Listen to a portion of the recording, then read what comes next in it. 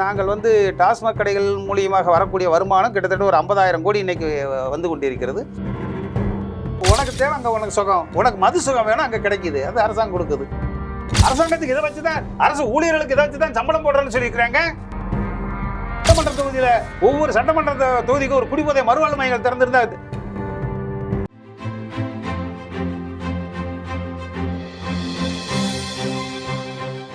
GeM TV நேயர்களுக்கு வணக்கம். GeM TV அரசியல் ஆடுகள பகுதியில் இன்றைய அரசியல் நிலவரம் குறித்து விரிவாக விவாதிப்பதற்காக நம் அரங்கத்துக்கு வருகை தந்துள்ள தமிழ்நாடு மது குடிப்போர் விழிப்புணர்வு சங்கத்தின் மாநில தலைவர் செல்லப்பாண்டியன் அவர்கள் நம்மோடு இணைந்துள்ளார். அவரிடம் விரிவாக விவாதிக்கலாம். ஐயா வணக்கம். வணக்கம். இப்போது தமிழ்நாட்டில் அதிமுக திமுக ஆட்சி காலத்தில் விஷசாராயம் அருந்தி மரணம் அடைவது தொடர்ந்து நடைபெற்று வரக்கூடிய ஒரு நிகழ்வாக மாறிவிட்டது. இப்போது தமிழ்நாட்டை ஆளுகின்ற திமுக ஆட்சி காலத்தில் விழுப்புரம், செங்கல்பட்டு, கள்ளக்குறிச்சி இந்த 3 மாவட்டத்தில் ஏறக்குறைய ஒரு 100 பேர் வந்து விஷசாராயம் குடித்து மரணம் அடைந்த சம்பவம் வந்து மிகப்பெரிய ஒரு சோகத்தை வந்து ஏற்படுத்தி உள்ளது. ஒரு சங்கத்தின் தலைவராக இதை எப்படி பார்க்குறீங்க சார்? அதாவது இந்த கள்ளச்சாராய சாவுகள் நடந்து விடக்கூடாது என்பதற்காகத்தான் 2003 டாஸ்மார்க்கு சில்லறை விற்பனையை துவங்கினார்கள். அதுக்கு முன்னாடி வந்து 4% உள்ள தென்னங்கல், பனங்கல், அந்த பனங்கல் தென்னங்கல்ல குடித்து நிறைய போதைக்கு அடிமையாகிறாங்கிற ஒரே காரணத்துக்காகத்தான் தந்தை பெரியார் அவர்கள் வந்து தன்னுடைய 500 தென்னை மரங்களை வெட்டி வீழ்த்தினார். அதெல்லாம் வரலாறு. அதே மாதிரி சாதாரண 4%க்கே இந்த தமிழ்நாட்டில் ஆட்சியாளர்களாக இருந்த பேரறிஞர் அண்ணா, ஓமந்தூரா ரெட்டியார், சுப்பராயன், குமாரசாமி ராஜா, நம்மளுடைய ராஜாஜி போன்ற மகத்தான தலைவர்கள் வந்து 4%க்கு கூட ஏற்றுக்கொள்ள கல்லில் இருக்கக்கூடாதுன்னு இல்லை அந்த 4% உள்ள தென்னங்கல் பணங்கள் கூட விற்கக்கூடாங்கிற அளவில் நிலைமை இருந்தது. இந்தியாவிலேயே மதுவிலக்கு முதல்ல அமல்படுத்திய மாநிலம் தமிழ்நாடு. ஐயா ராஜாஜி, மூதறிஞர் ராஜாஜி அவர்கள் முதல்ல ஆரம்பிச்சிருக்கிறாங்க 1937ஆம் ஆண்டு. அதான் திருச்செங்கோடில். அப்படி இருந்த சூழ்நிலையில் கள்ளச்சாராய சாவுகள் அப்பயே உங்களுக்கு இந்த கல்லே வேண்டாம், 4% கல்லே தென்னங்கல் பணங்களே வேண்டாங்கிற அரசியல் தலைவர்கள் வாழ்ந்த பூமி தமிழ்நாடு. அதற்கு பின்னாலே வந்து கள்ளச்சாராய சாவுகள் நீங்கள் சொன்ன மாதிரி இது இங்கே மட்டுமல்ல, அதாவது நீங்கள் சொல்லக்கூடிய கள்ளக்குறிச்சியோ மரக்காணமோ அல்ல, விழுப்புரம் மட்டும் கிடையாது. அங்கே ஏன் நடக்குதுன்னு சொன்னால் அது வந்து சர்க்கரை கிண்ணம். தமிழ்நாட்டிலேயே அதிகமாக கரும்பு விளையக்கூடிய மாவட்டம் உங்களுக்கு விழுப்புரம் மாவட்டம், கள்ளக்குறிச்சி மாவட்டம். அங்கே கரும்பு கழிவில் இருந்து சர்க்கரை தயார் செய்யப்பட்டு அதிலேருந்து வரக்கூடிய கழிவு வந்து மொலாசஸ்.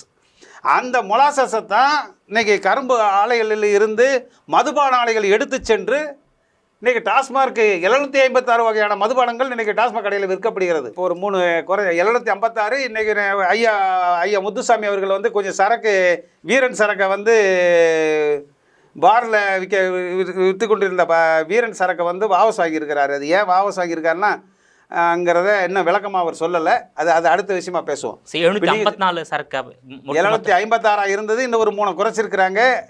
அது அந்த வீரன் சரக்கில் என்ன பாதிப்புங்கிறது, இப்போ ஒரு மாத்திரை மருந்து தயார் பண்ணுறாங்கன்னா முதல் எதுக்கு கொடுப்பாங்க? எலிக்கு கொடுப்பாங்க, அதுக்கப்புறம் விலங்குகள் கொடுப்பாங்க, விலங்குகளுக்கு கொடுத்து அதுக்கப்புறம் படிப்படியாகத்தான் மனுஷனுக்கு கொடுப்பாங்க. இந்த வீரன் சரக்கை அவசரமாக பாராளுமன்ற தேர்தல் அறிவித்த உடனே அந்த நேரத்தில் அறிமுகப்படுத்துகிறாங்க.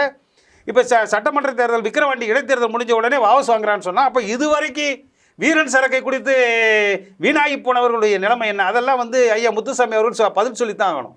3 சரக்கை வாபஸ் வாங்கியிருக்கேன்னா எதனால்? ஒன்று பேர் வீரன்கிற பேரை வந்து வாபஸ் வாங்குறியா, இல்லை வீரன் உள்ள சரக்கில் வந்து பாதிப்பாங்கிறத வந்து நிச்சயமாக ஒரு குழு அமைத்து தமிழ்நாடு முழுவதும் அந்த பாதிக்கப்பட்டவர்கள், அந்த வீரன் சரக்கு குடித்தவர்களுடைய நிலைமை என்ன, அதெல்லாம் பார்க்கணும். அது அடுத்தது. நீங்கள் சொல்லக்கூடிய கள்ளச்சாராய சாவுகள் தொடர்ச்சியாக நடந்ததன் காரணமாகத்தான் அந்த கள்ளச்சாராய சாவுகள் கட்டுப்படுத்துவதற்காக கண்ட இடங்களிலே நான் சொல்லக்கூடிய அந்த கரும்பு கழிவிலிருந்து வரக்கூடிய அந்த மொலாசஸ், அது வந்து நம்ம மண்டை வெள்ளம்னு சொல்லுவாங்க. மண்டை வெள்ளம் இதெல்லாம் தயார் பண்ணிட்டு அது வரக்கூடிய கழிவில் இருந்து தான் அந்த கள்ளச்சாராய சாவுகள் அடிப்படை அங்கே மூலப்பொருளே கிடைக்குது. மற்ற அதே மாதிரி தருமபுரி அந்த காலத்தில் வந்து சாத்தூர், திருநெல்வேலி மாவட்டம், விருதுநகர் மாவட்டத்திலலாம் இந்த கள்ளச்சாராய சாவுகள் நடந்திருக்கு. 1971 காலகட்டங்கள்லேருந்து நீங்கள் எடுத்து பார்த்தீங்கன்னா நடந்திருக்கு. அதை தடுப்பதற்காகத்தான் டாஸ்மார்க் சில்லறை விற்பனையை 2003 செல்வி ஜெயலலிதா அவர்கள் திறந்து என்ன சொன்னாங்கன்னா, அதிகமான விலையை விற்றால் தரமான சரக்கு உடலை அதிகமாக பாதிக்காத அளவில் நல்ல சரக்கு கொடுத்து இந்த கள்ளச்சாராயத்தை நாங்கள் கட்டுப்படுத்தி விடுவோங்கிற மாதிரி தான் கொண்டு வந்தாங்க. ஆனால் கள்ளச்சாராய சாவுகளையும் கட்டுப்படுத்த முடியவில்லை. இன்று கவர்மெண்ட் விற்கக்கூடிய சரக்கையும் கட்டுப்படுத்த முடியல. இந்த மாதிரி சூழ்நிலையில் தான் யோசிச்சு பார்த்தேன். இது தந்தை பெரியார் பக்தியிலே பகுத்தறிவூட்டிய தந்தை பெரியார் வாழ்ந்த பூமி. அவர் அந்த தந்தை பெரியார் வழியிலே வந்த செல்லப்பாண்டியன் அவர் பக்தியிலே பகுத்தறிவு ஊட்டினார். செல்லப்பாண்டியன் பாட்டில் எல்லாத்தையும் ஒரே ஒரு கள்ளச்சாராயத்தை ஒழிப்பதற்காக 2003 47 வகையான மதுபான வகையில் அறிமுகப்படுத்தி இன்றைக்கி அந்த திராவிட கட்சிகள் அதிமுகவாக இருந்தாலும் திமுகவாக இருந்தாலும் உங்களுக்கு மற்ற திட்டங்களை கூட மறைத்து விடுவார்கள். இல்லை என்றால் அதை கிடைப்பில் போட்டு விடுவார்கள். ஆனால் டாஸ்மார்க்கு மதுபான கொள்கையிலே மட்டும் மாறாமல், அது திமுகவாக இருந்தாலும் அதிமுகவாக இருந்தாலும் அவர்கள் கொள்கை முடிவில் தொடர்ச்சியாக ஓராண்டு காலம் கூட தடையில்லாமல் கொடுத்ததன் விளைவாக அதனால் ஏற்படக்கூடிய அந்த பாட்டிலில் 786 வகையான பாட்டிலில் என்ன இருக்குது, அதில் ஆல்கஹால் எவ்வளோ இருக்குது, பீர்னா 8% அதிகபட்சம், தென்னங்கல்லுன்னா 4%, தாய்ப்பாலுக்கு இணையான லோரிக் ஆசிட் அதில் இருக்குடா. இந்த 786 வகையான சரக்கில் அது திராட்சையிலேருந்து தயாராகுதா, கரும்பு கழிவுலேருந்து தயாராகுதா, எத்தனால்லேருந்து தயாராகுதா? நீ நம்ம தந்தை பெரியார் வாழ்ந்த பூமியில் பகுத்தறிவு பூமியிலே நம்ம வாழ்ந்து கொண்டிருக்கின்ற நாம் அதை பகுத்து எதை குடிக்கிறது, லோ ப்ரெஷர் இருந்தால் எதை குடிக்கிறது, ஹை ப்ரெஷர் இருந்தால் எதை குடிக்கிறது? இன்றைக்கி யூடியூப் சேனல் மற்ற இதில் அவசர அவசரமாக கால் எழுந்து ஓடுறாங்க, மதியம் சாப்பிடாம வருவாங்க. திடீர்னு அதில் ஒரு இந்த அரசாங்கம் விற்கக்கூடிய சரக்கில் கொஞ்சம் பழக்கமாக இருந்தால் எதை குடிக்கிறதுங்கிறதுக்காக அது கோதுமை பீர் இருக்குது, அரிசி பீர் இருக்குது. இன்றைக்கி பாண்டிச்சேரியில் நல்ல சரக்குன்னு சொன்னால் அது ஃப்ரெஞ்சு கலாச்சாரத்தோடு சேர்ந்தது. அங்கே வந்து முழுக்க பழங்களை சார்ந்த திராட்சை, அனைத்து ஆப்பிள் எல்லாத்துலேயுமே இருந்து தயார் செய்யக்கூடியதுனால தான் அங்கே கொஞ்சம் சரக்கு நல்லா இருக்குது. இதையெல்லாம் தெளிவுபடுத்த வேண்டும் என்பதற்காக 2010 சாத்தூரில் துவங்கப்பட்டது தான் தமிழ்நாடு மதுகுடிப்போர் விழிப்புணர்வு சங்கம். உங்கள் சங்கத்தின் மூலமாக நீங்கள் என்னென்ன நடவடிக்கை மேற்கொண்டு வரீங்க சார் சமூகத்தில்? ஏங்க சமூகத்தில் அதை தான் தெளிவாக சொல்லிட்டேனே, பகுத்தறிவு பூமியில் இதை அதாவது அரசாங்கத்துடைய கொள்கை முடிவு. 234 சட்டமன்ற தொகுதியில் 118 எம்எல்ஏக்கள், அது திமுகவாக இருந்தாலும் அதிமுகவாக இருந்தாலும் எந்த கட்சியாக இருந்தாலும் யார் மெஜாரிட்டியை ஜெயிக்கிறாங்களோ அந்த எம்எல்ஏக்கள்லாம் சேர்ந்து ஒரு முதல்வரை தேர்ந்தெடுப்பார்கள். அவர்கள் வந்து ஒரு கொள்கை முடிவு எடுப்பாங்க. நம்ம என்ன பண்ணுறது, டாஸ்மாக் கடைகளை நடத்தி அதிலிருந்து கஜானாவுக்கு நிதியை திரட்டுவதா, இல்லை மணலில் வரியை போடுவதா, இல்லை பத்திரத்தில் வரியை போடுவதா, இல்லை பாட்டிலில் வரியை போடுவதா, இப்படி ஏதாவது ஒன்று பண்ணால் இவங்களுடைய கொள்கை முடிவு, இந்த திராவிட கட்சிகளுடைய கொள்கை முடிவு. நாங்கள் வந்து டாஸ்மாக் கடைகள் மூலியமாக வரக்கூடிய வருமானம் கிட்டத்தட்ட ஒரு 50,000 கோடி இன்றைக்கி வந்து கொண்டிருக்கிறது. அதை வைத்து தான் ஒவ்வொரு எம்எல்ஏவும் இன்றைக்கி எந்த எம்எல்ஏவும் தமிழ்நாட்டில் இருக்கக்கூடிய 234 எம்எல்ஏவில் யாராவது ஒரு எம்எல்ஏ என் தொகுதிக்கு என் மக்களுக்கு வந்து இந்த டாஸ்மார்க்கு வேண்டாம், இதனால் வந்து நிறைய பாதிப்புகள், தாய்மார்கள் பாதிக்கப்படுகின்றார்கள், அனாதையாக்கப்படுகின்ற குழந்தைகள் இருக்கின்றார்கள், ஆதரவற்ற பெற்றோர்கள் அதிகமாகி கொண்டிருக்கின்றார்கள், அதனால் எனக்கு வேண்டாம் என்று சொல்லக்கூடிய அளவில் எந்த எம்எல்ஏவும் கிடையாது. இப்படி இருக்கிற சூழ்நிலையில் இவங்க கொள்கை முடிவில் வந்து தமிழ்நாடு மதுகுடிப்போர் விழிப்புணர்வு சங்கம் தலையிட முடியாது. ஏன்னா அரசாங்கத்துடைய கொள்கை முடிவு. மக்கள் இன்றைக்கி விக்கிரவாண்டியில் ஒரு 2.5 லட்சம் ஓட்டு இருக்குன்னா அதில் மக்கள் தேர்ந்தெடுக்கப்பட்டு ஒரு எம்எல்ஏ அனுப்பிட்டாங்க. அப்போ அவர் என்ன செய்யணும், விக்கிரவாண்டியில் வந்து மது வேண்டான்னு சொல்கிறதும் வேணும்னு சொல்கிறதும் அது அவர் கையில் தான் இருக்குது. என்ன இதில் நான் என்ன சொல்ல, விழிப்புணர்வு தான் ஏற்படுத்த முடியும். ஏற்ற நிதி ஆதாரம் கிடையாது. தமிழ்நாட்டில் பூரண மது விலக்கு நடைமுறைப்படுத்த வேண்டும் என்று நீங்கள் வலியுறுத்துறீங்களா, இல்லை விற்கின்ற அந்த மதுபானங்கள் வந்து தரமாக இருக்க வேண்டும் அப்படின்றத வலியுறுத்துறீங்களா? நான் இப்போ அவ்வளோதான். அரசாங்கத்துடைய கொள்கை முடிவுல வந்து தடையில அதான் சார், கொள்கை முடிவாக இருந்தாலும் இப்போ வந்து இந்த மதுவால் வந்து சமூக சீர்கேடு அதிகரித்து வருகிறது இல்லையா? அப்போ தமிழ்நாட்டில் பூர்ண மது விலக்கை நடைமுறைப்படுத்த வேண்டும் என்பது உங்கள் கொள்கையாக இருக்கா, இல்லை விற்கின்ற சரக்கை வந்து தரமான சரக்காக இருக்க வேண்டும் அப்படின்றது உங்கள் கொள்கை முடிவாக? தமிழ்நாட்டில் மது விலக்கு அமல்படுத்துகின்ற வரை இந்த மதுவில் உள்ள என்னென்ன அந்த எந்த சரக்கில் என்ன இருக்குது, அதை வந்து இது இவங்க கொள்கை முடிவுக்கு உட்பட்டு டாஸ்மார்க் நிர்வாகத்தின் மூலம் விற்கப்படுகின்ற மதுபான வகைகளில் என்ன விட்டமின் ஏயோ பியோ சிஓடியோ எதுவும் கிடையாது. அது கொள்கை முடிவுக்கு விரோதமாக நாங்கள் செயல்பட ஒரு காலமும் நாங்கள் செயல்பட மாட்டோம். நாங்கள் அரசாங்கம் எவ்வளியோ இன்றைக்கி ரேஷன் கடையில் அரிசி விற்காங்க, பருப்பு விற்கிறாங்க, இது விற்காங்க. அதே மாதிரி டாஸ்மாக் கடை அரசாங்கம் வந்து கடையில் விற்கிது, நாங்கள் குடிக்கும். அரசாங்கம் மூடுனா நாங்கள் மூடிட்டு போயிடுவோம். எங்களுக்கு ஒன்றும் இல்லை. கொரோனா காலத்தில் 3 மாதம் மூடி இருந்தது. அன்றைக்கி என்ன டாஸ்மார்க் மதுப்பிரியர்கள் வேண்டுமென்று எங்கேயும் போராட்டம் நடத்தலை, எதுவும் பண்ணலை, அமைதியாக தான் இருந்தோம். அன்றைக்கி குவா சத்தம் அதிகமாக கேட்டுச்சு. ஆண்மை அன்றைக்கி வந்து 3 மாதம் செவனேன்னு இருந்தவங்க அதுக்கப்புறம் இவர்களே வந்து கண்ணியமிகு, அதாவது கட்டை கட்டி கட்டம் போட்டு கண்ணியமிகு காவல்துறை பாதுகாப்போடு கடைகளை திறந்து விட்டார்கள். இப்போ தமிழ்நாடு அதனால் மது குடிப்போர் விழிப்புணர்வு சங்கத்தின் சார்பாக தமிழக அரசாங்கத்துக்கு நீ வைக்கக்கூடிய கோரிக்கை என்ன? தமிழ்நாட்டில் பூரண மது விலக்கை அமல்படுத்த வேண்டும் என்ற கோரிக்கையை அதை நாங்கள் அதை வந்து நம்ம சொல்லக்கூடாது. அதாவது கோரிக்கை வைப்பது நம்முடைய கடமை. எதுக்குங்க கோரிக்கை வைக்க போறீங்க? அரசாங்கத்துடைய கொள்கை முடிவு என்ன? பைத்தியக்காரனாங்க ஸ்டாலின் பைத்தியக்காரரா, இல்லை எடப்பாடி பைத்தியக்காரரா, இல்லை ஓபிஎஸ் பைத்தியக்காரரா, ஏற்கனவே இந்த கருணாநிதி பைத்தியக்காரரா, இல்லை ஜெயலலிதா பைத்தியக்காரரா, இல்லை எம்ஜிஆர் பைத்தியக்காரங்களா? அது என்ன போய் நீங்கள் மது விலக்கை அமல்படுத்த அவங்களுக்கு என்ன ஒன்றும் தெரியாதா? அவங்க 118 எம்எல்ஏக்களை உட்கார வச்சு நம்ம டாஸ்மாக் கடையை திறந்து தான் நாங்கள் அது வருமானத்து மூலியமாக தான் நம்ம பண்ணணும்னு சொல்லியிருக்காங்க. அரசாங்கத்துக்கு இதை வச்சு தான், அரசு ஊழியர்களுக்கு இதை வச்சு தான் சம்பளம் போடுறோன்னு சொல்லியிருக்கிறாங்க. வீரமணி நம்ம ராஜேந்திர பாலாஜியில் இருந்து நத்த விஸ்வநாதனில் இருந்து இன்றைக்கு இருக்கிற முத்துசாமி வரைக்கும் பகலில் குடிக்கிறவங்கள குடியாரன்னு சொல்லக்கூடாது, மதுப்பிரியன்னு சொல்லணும்னு சொல்லிக்கிட்டு இருக்காங்க. மது விலக்கை அமல்படுத்த நம்ம போய் சொல்கிறது சட்டம், அதாவது அரசுக்கு விரோதமான செயல். அது மது பிரியர்களுக்கு நீ சொல்ல வேண்டிய கருத்து என்ன? அதை கேளுங்க. நீங்கள் அவங்க விற்கிறாங்க, நாங்கள் குடிக்க, நீ மூடு, நாங்கள் மூடிட்டு போகிறோம். இன்னைக்கு ஒரு டீ விற்கிறாங்க, டீ விற்றா கூட அதுக்கு ஒரு சங்கம் இருக்குது. ஒரு சித்தாளு கொத்தனாருக்கு கூட சங்கம் இருக்குது. ஏன் கட்சி கொடி இல்லாத கிராமங்களுக்கெல்லாம் கட்டிங் போடாத கிராமங்கள் கிடையாது. நாங்கள் கோட்டையில் கை வைத்தால் தான் யாரும் கோட்டையில் குடியேற்ற முடியாத அளவுக்கு நாங்கள் இருக்கிறோம். இன்றைக்கி அதை ஊற்றி கொடுப்பவர்கள் டாஸ்மார்க் ஊழியர். அவனை வேலை என்னங்க? 30,000 டாஸ்மார்க் ஊழியர் வேலை என்ன? காலைல 12 மணிக்கு போனால் சீல் வச்ச அப்படியே பக்காவாக இருக்கும் பாட்டில். அதை என்ன அளந்தா ஊற்ற போகிற? லிட்டரில் ஒன்றும் கிடையாது, எடுத்து வைக்க போகிற. அதுக்கு எது சங்கம்? வரப்போகிற பாட்டில் எடுத்து கொடுக்க போகிற அவங்க சங்கம் வச்சுருக்கிறாங்க. ஊற்றி கொடுப்பவர்கள் சங்கம் வைத்திருக்கின்றார்கள். உயிரை பணைய வைத்து குடிக்கின்றவர்கள், அதுவும் அரசாங்கம் விற்கக்கூடிய சரக்கு. இன்னைக்கு கள்ளச்சாராய சாவில் செத்தா 10 லட்சம் கொடுக்குறாங்க. கவர்மெண்ட் ஓடி போய் 10 லட்சம் கொடுக்கு. கவர்மெண்ட்டு கண்ணியமாக கவர்மெண்ட் விற்கக்கூடிய சரக்கை கண்ணியமாக இன்னைக்கு பாட்டிலுக்கு மேலே 10 ரூபா அதிகப்படியாக விற்றா கூட அதை போய் ஏன்னு கேட்டால் கூட உடனே கண்ணியமாக காவல்துறை வந்து கப்புன்னு பிடிச்சி கண்ணத்தில் அரைஞ்சு போடுறாங்க.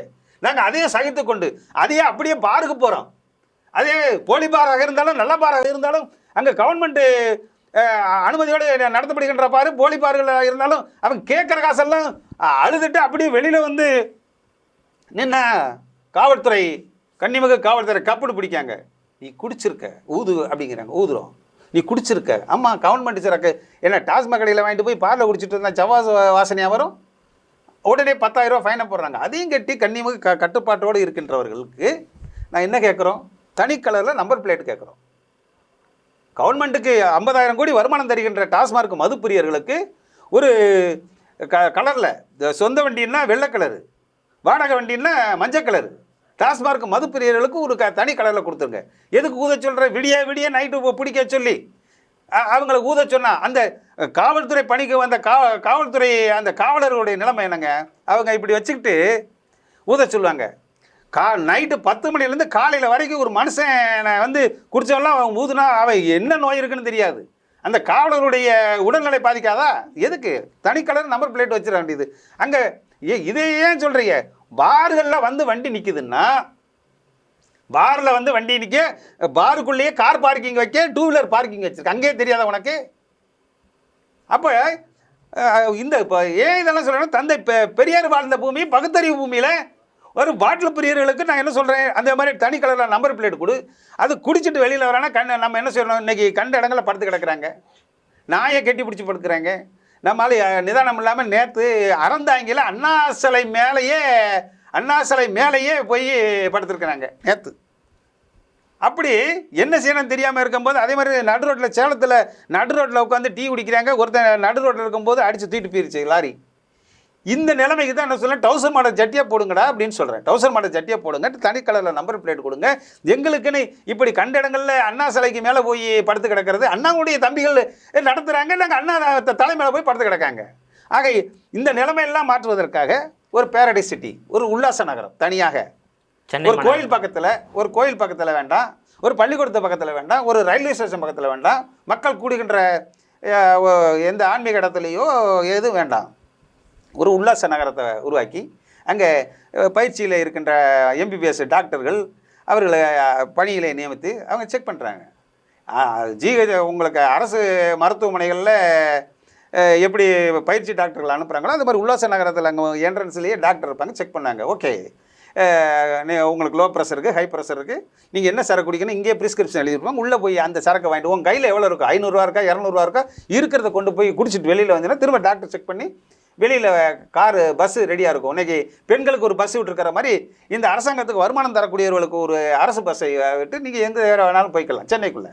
அதே மாதிரி மதுரை, கோயம்புத்தூர் அங்கெல்லாம் பார்த்தீங்கன்னா விவசாய நிலம் இல்லாத பொட்டக்காடு எத்தனையோ இருக்குது.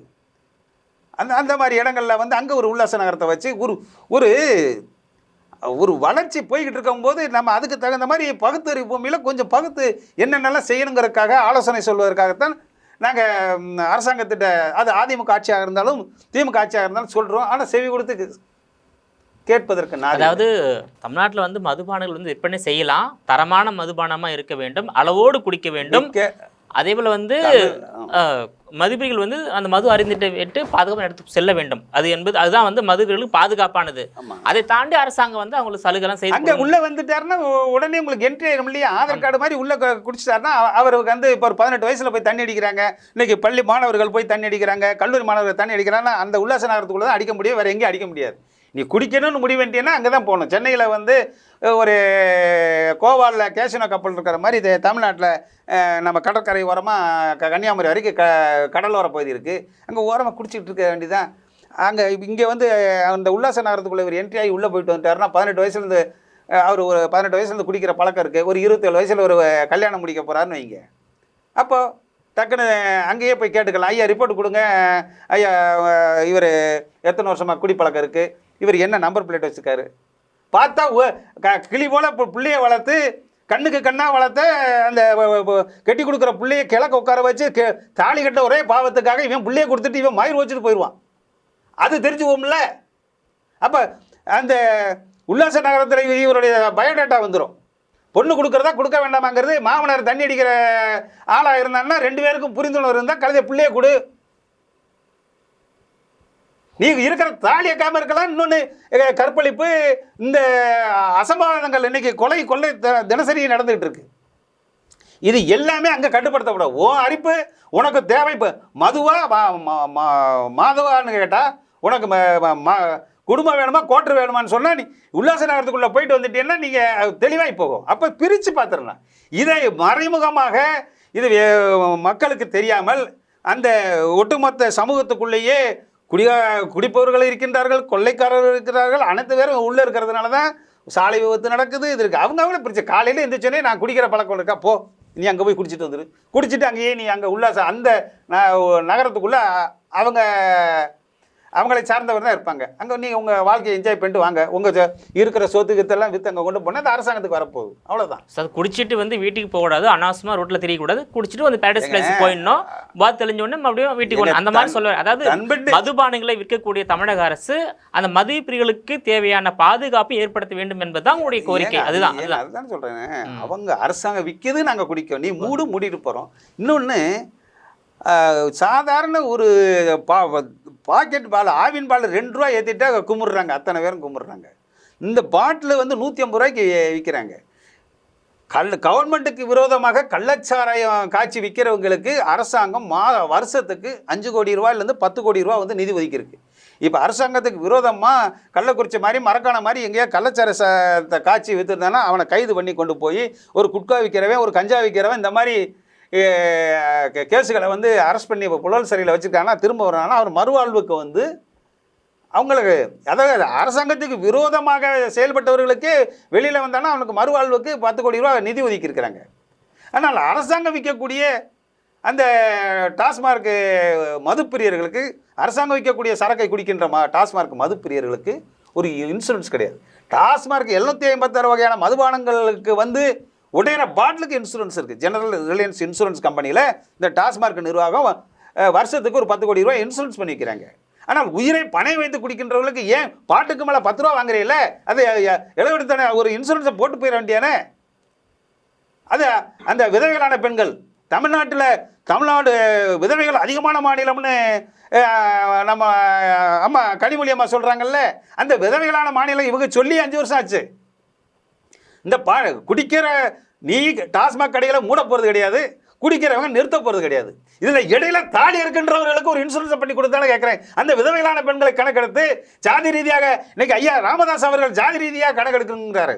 தமிழ்நாடு மதுகுடிப்போர் விழிப்புணர்வு சங்கம் சரக்கு ரீதியாக பாதிக்கப்பட்ட விதவைகளான பெண்களை கணக்கெடுக்க வேண்டும். அவர்களுக்கு அரசு வேலைவாய்ப்பிலே முன்னுரிமை தர வேண்டும். அனாதையாக்கப்பட்ட குழந்தைகள் குடும்பத்தை மறந்து கோட்டரை குடித்து மண்ணுக்குள்ளே போனவன அந்த அனாதையாக்கப்பட்ட குழந்தைகளை அரசே படிப்பு செலவை ஏற்றுக்கொள்ள வேண்டும். ஆதரவற்ற பெற்றோர் கண்ணா வளர்த்து அவன் குடிக்குடிய போதைக்கு செத்து போயிட்டான்னா அவங்க அப்பயாத்தான் என்ன செய்வாங்க, எதிர்காலத்தில் அவன் கஞ்சி ஊத்தான்னு சொல்லி தான் வளர்த்துருப்பாங்க. இடையில இது கஞ்சா அடிச்சுட்டும் கட்டியும் போட்டு செத்து போச்சுன்னா அது என்ன செய்யுது? அவங்க 60 வயசில் அனாதையா அந்த 1000 ரூபா பென்ஷன் தரமாட்டாங்களா, உங்களுக்கு அரசு பேருந்தில் ஓசியா போக முடியுமாங்கிற நிலைமையில் இருக்குது. அவர்களுக்கு ஒரு மாதம் ஒரு 5000 ரூபா பென்ஷன் தரணும். இதையெல்லாம் சொல்லக்கூடியது தான் தமிழ்நாடு மதுகுடிப்போர் விழிப்புணர்வு சங்கம். தன்பிள்ளை சோறு சம்பாத்தியம்னு போயிட்டு செவனேன்னு வேலைக்கு போயிட்டு இருக்கிறவங்களுக்கு இது கண்ட இடங்களில் டாஸ்மாக் பார்களை திறந்து கண்ட இடங்களில் கடைகளை திறந்து அவன் குடிச்சிட்டு போகும்போது ஆனால் சாலை விபத்து அதிகமாக நடக்கிறதுனால தான் இதெல்லாம் பிரித்து பார்க்கணும். இதுக்கு ஒரு முடிவு கட்ட வேண்டும். நீங்கள் திராவிட கட்சிகள் தமிழ்நாட்டில் இருக்கின்ற வரை மதுவிலக்குக்கு சாத்தியம் கிடையாது. அதுவரை ஒரு மாற்றத்தை உருவாக்க வேண்டும் என்பதற்காகத்தான் தமிழ்நாடு மதுகுடிப்போர் விழிப்புணர்வு சங்கம் செயல்படுகிறது. தமிழக அரசாங்கம் வந்து மது விற்பனையை விற்பனை செய்தாலும் வந்து மது குடிப்பவர்களுக்கு வந்து பாதுகாப்பாக ஏற்படுத்த வேண்டும். அதுக்கு வந்து ஒவ்வொரு இடத்துல வந்து ஒரு பேரடைஸ் பிளேஸ் ஏற்படுத்த வேண்டும். அதன் பிறகு வந்து அந்த மதுவை குடித்து மரணம் அடைந்தால் அந்த மனைவி வந்து விதவியாகிறாங்க. அந்த அந்த பசங்க வந்து அந்த தந்தை இழக்கிறது. அதே போல வந்து பெற்றோரும் இந்த பிள்ளைகளை இழக்கிறாங்க. இந்த குடும்ப பாதுகாப்புக்கு வந்து ஏற்பாடு செய்ய வேண்டும் தமிழக அரசு. நான் போய் குடிக்கணும்னா என் பொண்டாட்டி பையன் போய் குடிச்சிட்டு சொன்னாலா, எங்க அப்பா தான் போய் குடிச்சிட்டு சொன்னாங்களா? நான் கொலைப்படுத்த போய் குடிச்சா அவங்க என்ன செய்வாங்க? மது குடித்து குடும்பத்தை காப்பாற்ற வேண்டும் தமிழக அரசு. அரசாங்கத்திற்கு குடிகாரனுடைய வருமானம் வேணும். ஆமா, குடும்பத்துக்கு யார் வருமானம் கொடுக்கறது? நாங்கள் குடும்பத்தை பார்க்க வேண்டியிருக்கு, அங்கே கோட்டையும் பார்க்க வேண்டியிருக்கு. அரசாங்கம் விற்கிது, அங்கே குடிக்கும். அவங்க ரேஷன் கடையில் பாமாயில் விற்கிறாங்க, அரிசி விற்கிறாங்க, பருப்பு விற்கிறாங்க, எல்லாம் வாங்குறாங்க, அது வாங்குறாங்க. அதே மாதிரி டாஸ்மாக் கடையில் சரக்கு விற்காங்க, குடிச்சு பார்த்தா டேஸ்ட் ஆகி போச்சு.